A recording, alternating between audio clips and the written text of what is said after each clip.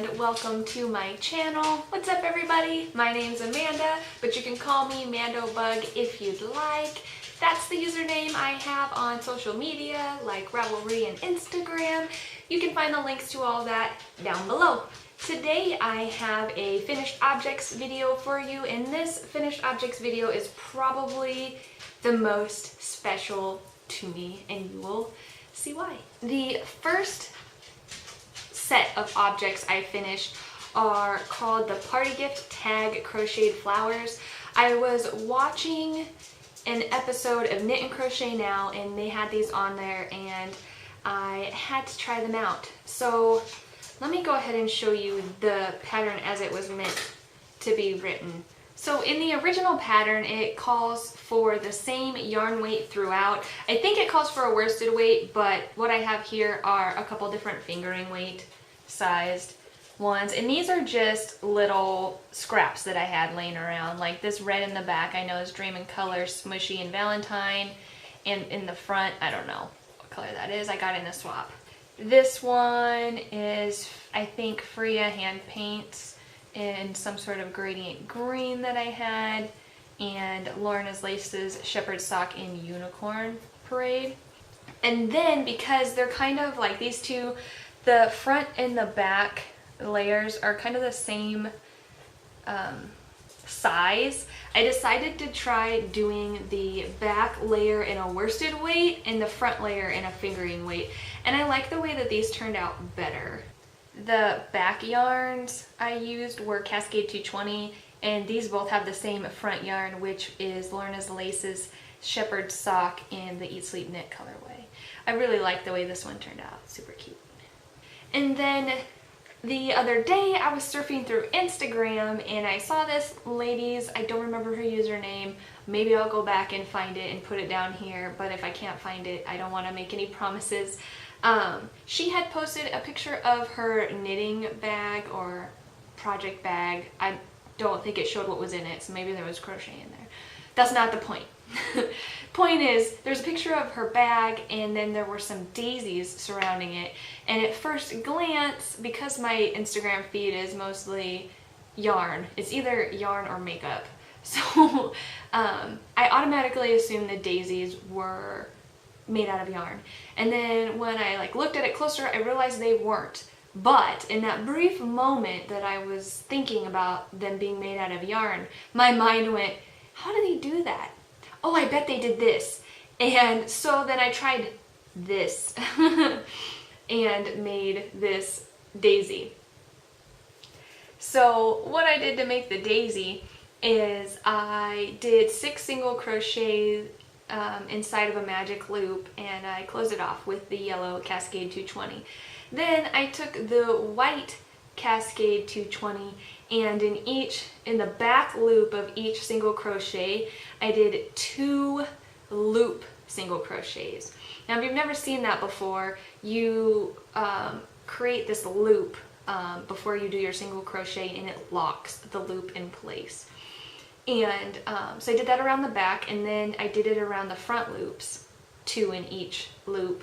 And then I cut all the loops and I combed them out with a comb, and that made all the little plies come apart and fray. So I think it looks like a real daisy, especially when you're back here.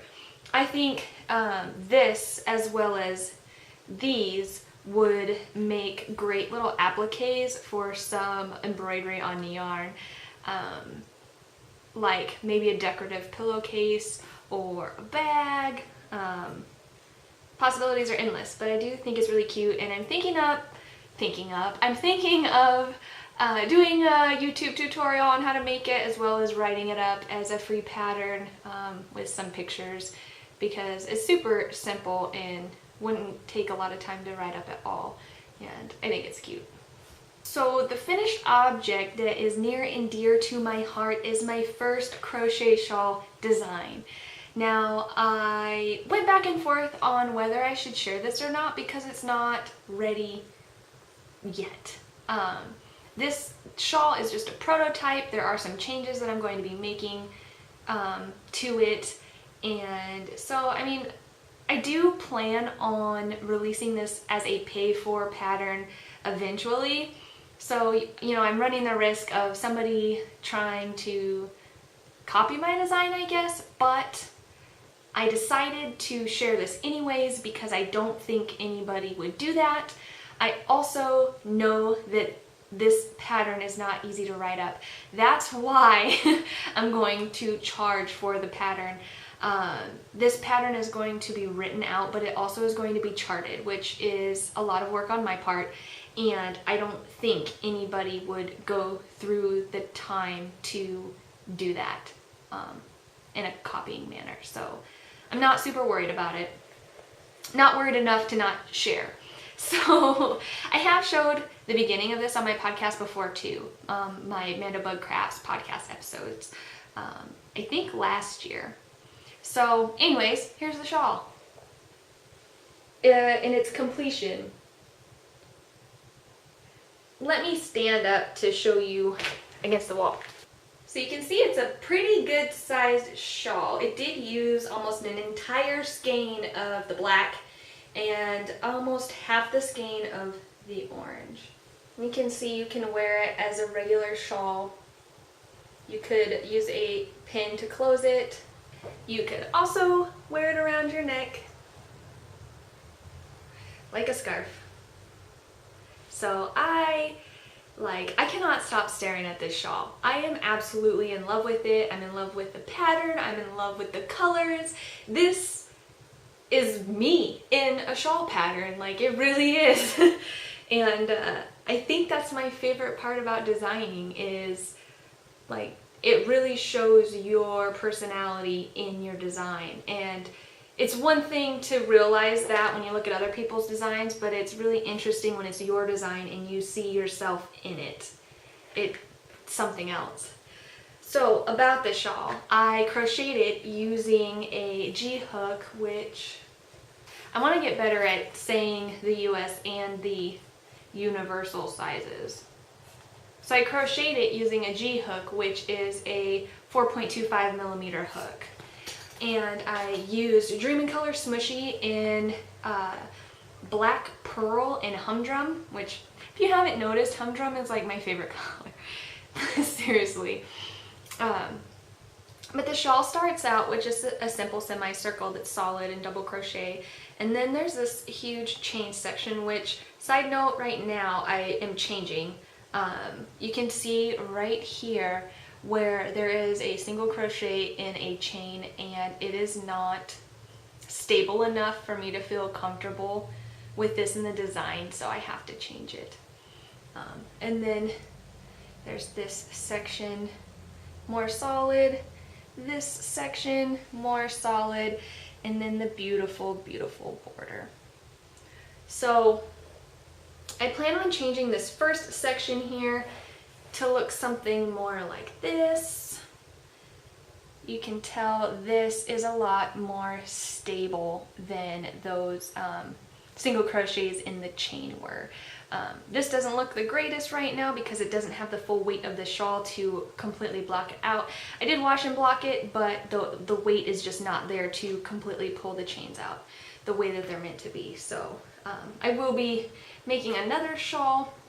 But yeah, this will be the substitute beginning in the new shawl. And also, I don't know if you noticed that there are beads in this section, but not the other two sections. That is because in between moving from Georgia up to Washington, I lost the beads with this project. I'm sure I have them, I just think that they're in storage. So I couldn't find the beads, so I just left them out the rest of the shawl. This shawl will be for my personal use, and it doesn't bother me that it's only half beaded. But that's also why I need to make another shawl, because I do plan on having beading throughout all 4 lace sections. So the actual pattern is being written out and charted out. Currently, I'm using this awesome program called, well, it's not even a program, it's a website called Stitch Fiddle. And on that website, they have you can make knitted charts, crochet charts, and there's a ton of options like colorwork charts, stitch charts. I use their freeform crochet section of the website. You can make an account and you can save up to 15 charts for free. You can pay a little bit extra for unlimited charts. Also, unlimited formats. Originally, you only have a handful of options when it comes time to export your charts, but you can pay a little extra for more options. I do plan on making a tutorial on how to use their website soon, so if that's something you're interested in, hang around for that. And then when I've finished writing it out and charting it out, I'm going to go ahead and follow it with these colors and these beads for my second testing of the shawl. And this is Dream & Color Smushy in Tokyo Cream, or Creme, however you would like to say that.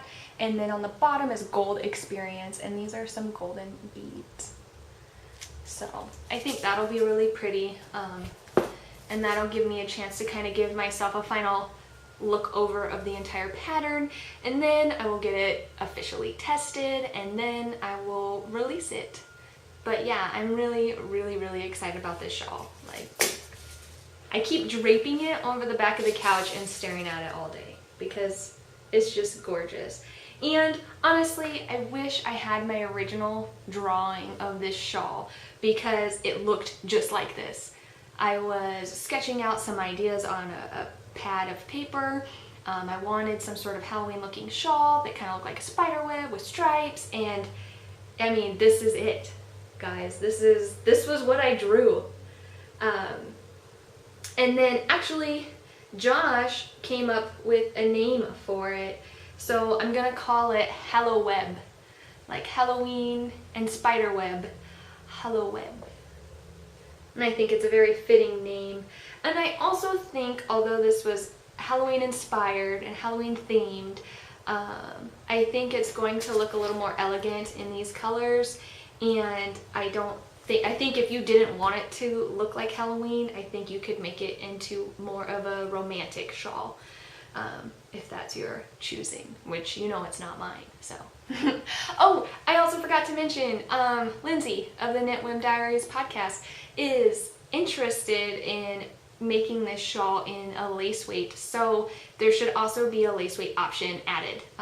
Once I go through my write-up of it in fingering weight, I'm going to add the lace weight additional rows to make a larger shawl, and she's gonna test that for me. So yeah, options.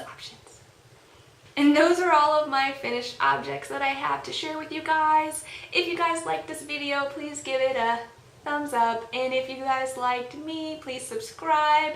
Until next time, guys, happy crafting. Bye.